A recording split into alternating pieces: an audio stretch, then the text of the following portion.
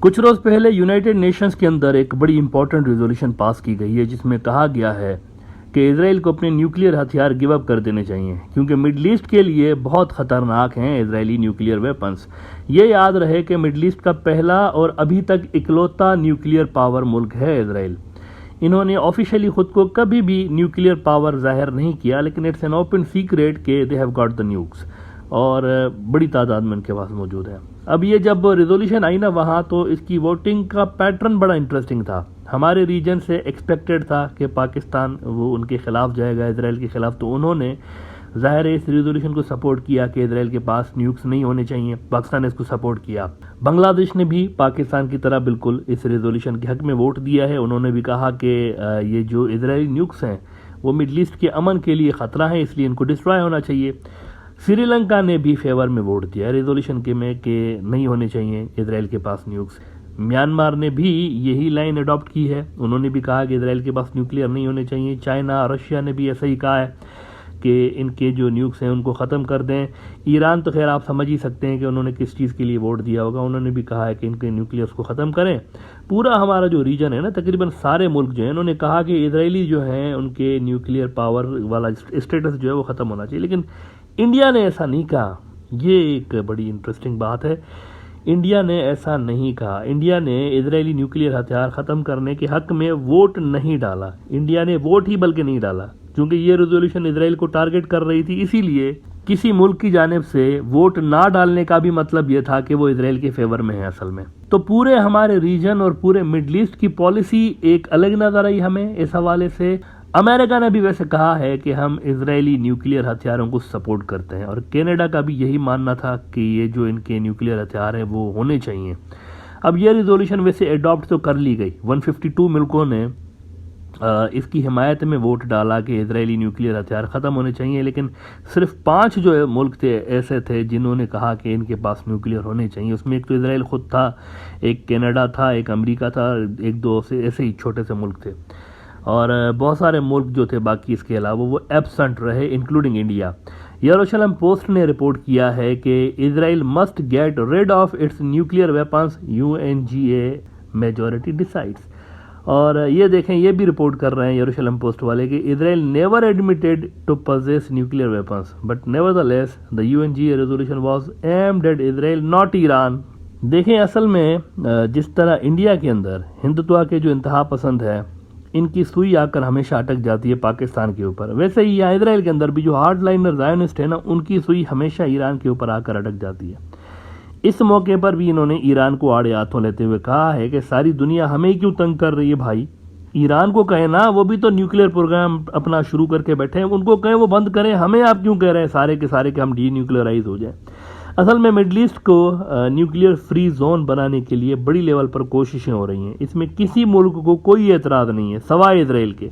इसकी वजह यह है कि उनके पास न्यूक्लियर कैपेबिलिटी पहले ही मौजूद है ना, तो वो नहीं चाहते कि वो उसको ख़त्म करें। देखें, एक होता है ना कि किसी मुल्क के पास सिर्फ न्यूक्लियर हथियार हों, फिर भी चलें, उनका जो थ्रेट लेवल होता है वो लिमिटेड होता है, डिफाइंड होता है थ्रेट लेवल, और उस मुल्क की जो टेरिटोरियल बाउंड्रीज़ हैं उस हद तक होता है। लेकिन अगर किसी मुल्क के पास न्यूक्लियर पावर है और उसका ऊपर से एक एक्सपांशनिस्ट किस्म की उसकी आइडियोलॉजी भी है, तो थ्रेट लेवल कई गुना बढ़ जाता है। इजराइल सिर्फ न्यूक्लियर पावर नहीं है ना, सिर्फ ये बात नहीं है ना, बल्कि वो एक एक्सपेंशनिस्ट नज़रिया रखने वाला मुल्क है। ये एक डेंजरस बात है। एक ग्रेटर इजराइल नाम का टर्म आपने सुना होगा, ये इस्तेमाल किया जाता है, जिसके मुताबिक आज का मिडल ईस्ट जो है ना, इसके कई मुल्क उसके अंदर आते हैं ग्रेटर इजराइल के नक्शे में, और वो इजराइल का हिस्सा हैं according to the hard liner Zionist, और वो मानते हैं कि एक दिन दोबारा हमने अपने ये तमाम इलाके वापस लेने हैं।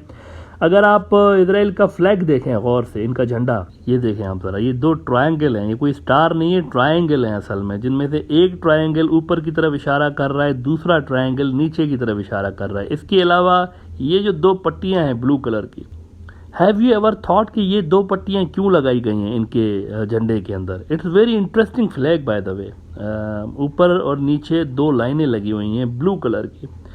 देखें, अरब जो रेजिस्टेंस ग्रुप्स हैं ना, वो कहते हैं कि ये 2 लाइनें जो हैं स्ट्रेट लाइनें, ये असल में 2 दरिया हैं, रिवर्स। ऊपर वाली जो लाइन है वो फुरात है, दरिया फुरात, जो कि इराक में आता है और शाम के अंदर भी उसका एक हिस्सा है, ये ऊपर वाली लाइन जो है ये दरियाए फुरात को रिप्रेजेंट कर रही है, और ये जो नीचे वाली लाइन है इसके लिए कहते हैं, ये जो नीचे वाली ब्लू लाइन है ये असल में दरियाए नील है, मिस्र वाला, इसको ये लाइन रिप्रेजेंट कर रही है। दरियाए नील असल में अफ्रीका का सबसे बड़ा दरिया है, और अमेज़न जो दरिया है उसके बाद दुनिया का सबसे बड़ा दरिया इसको कहा जाता है। ये थोड़ा सा डिबेटेबल है, कुछ लोग कहते हैं कि दरियाए नील सबसे बड़ा दरिया है, कुछ लोग कहते हैं नहीं अमेज़न सबसे बड़ा रिवर है, लेकिन दोनों तकरीबन एक जितने हैं। तो ये नीचे वाली लाइन दरियाए नील को रिप्रेजेंट कर रही है, यानी कि फुरात से लेके नील का पूरा इलाका वो कहते हैं हमारा है, दिस इज़ ग्रेटर इजराइल। और ये पूरा एरिया जो है इसको नक्शे के अंदर छुपाया गया है। अरब जो रेजिस्टेंस ग्रुप्स हैं उनके नज़दीक इसका ये सिंबल है असल में। अब इस नक्शे के अंदर भी मसला ये है कि तुर्की का कुछ इलाका आपको नज़र आ रहा है, इसका अगर आप आज के सिनारियो में देखें ना ग्रेटर इजराइल का नक्शा, तो उसमें तुर्की आ रहा है, उसका कुछ इलाका, शाम तो पूरा का पूरा आ रहा है, फ़लस्तीन पूरा का पूरा आ रहा है, जॉर्डान जो है उर्दन पूरा का पूरा हड़प हो रहा है उसके अंदर, फिर इराक का बहुत बड़ा इलाका उसके अंदर आ रहा है, मिस्र का बड़ा इलाका इसके अंदर आ रहा है, हत्ता कि सऊदी अरब का भी बड़ा इलाका इस मैप के अंदर आ रहा है, जिसके अंदर मदीना भी शामिल है, मक्का नहीं है, मदीना उसके अंदर शामिल है, ये सारे आ रहे हैं उसके अंदर।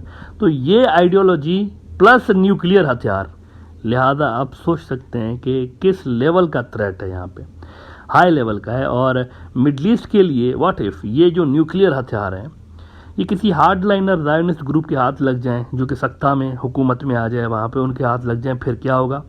अभी जो इलेक्शंस हुए हैं 1 नवंबर को, उसमें भी आप देखें क्या हुआ है। इतमर बिन गवेर कौन है, एक बहुत बड़ा इनका कट्टर ज़ायोनिस्ट लीडर है, वो जीत के आया हुआ है, कोalition बनाएगा गवर्नमेंट नेतन्याहू के साथ मिलकर। तो इस तरह के अगर आ गए वहाँ पर ग्रुप्स पावर में और उनके पास फिर न्यूक्लियर हथियार भी होंगे, तो फिर मिडल ईस्ट जो है वो तो बहुत ही उसका खाना ख़राब हो जाएगा, उसके अमन का ये बहुत एक डेंजरस किस्म की चीज़ बन जाएगी। लिहाजा ज़रूरी है कि इजराइल बाकी के मिडल ईस्ट की तरह खुद को डीन्यूक्लियराइज करे। जब किसी के पास न्यूक्लियर है ही नहीं तो फिर इजराइल क्यों रख के बैठा हुआ है, कौन सा थ्रेट है यहाँ पर न्यूक्लियर थ्रेट, किसको काउंटर कर रहे हैं। जब है ही नहीं तो फिर भी कई डेकेड से यहाँ पर न्यूक्लियर क्या कर रहा है मिडल ईस्ट के अंदर, ये तो एक न्यूक्लियर रेस, आर्म्स रेस शुरू करने वाली बात है ना। तो मेरे ख्याल से यूनाइटेड नेशंस की ये जो रेजोल्यूशन थी बिल्कुल दुरुस्त तरीके से इसको प्रेजेंट किया गया है, और इसमें जो वोटिंग आई है वो भी सही तरह से हुई है। अक्सर जो मुल्क हैं उन्होंने इसी चीज़ को, इसी राय को अहमियत दी है कि मिडल ईस्ट जो है वो डी न्यूक्लियराइज होना चाहिए और इसराइल को अपने जो हथियार हैं वो गिव अप कर देने चाहिए।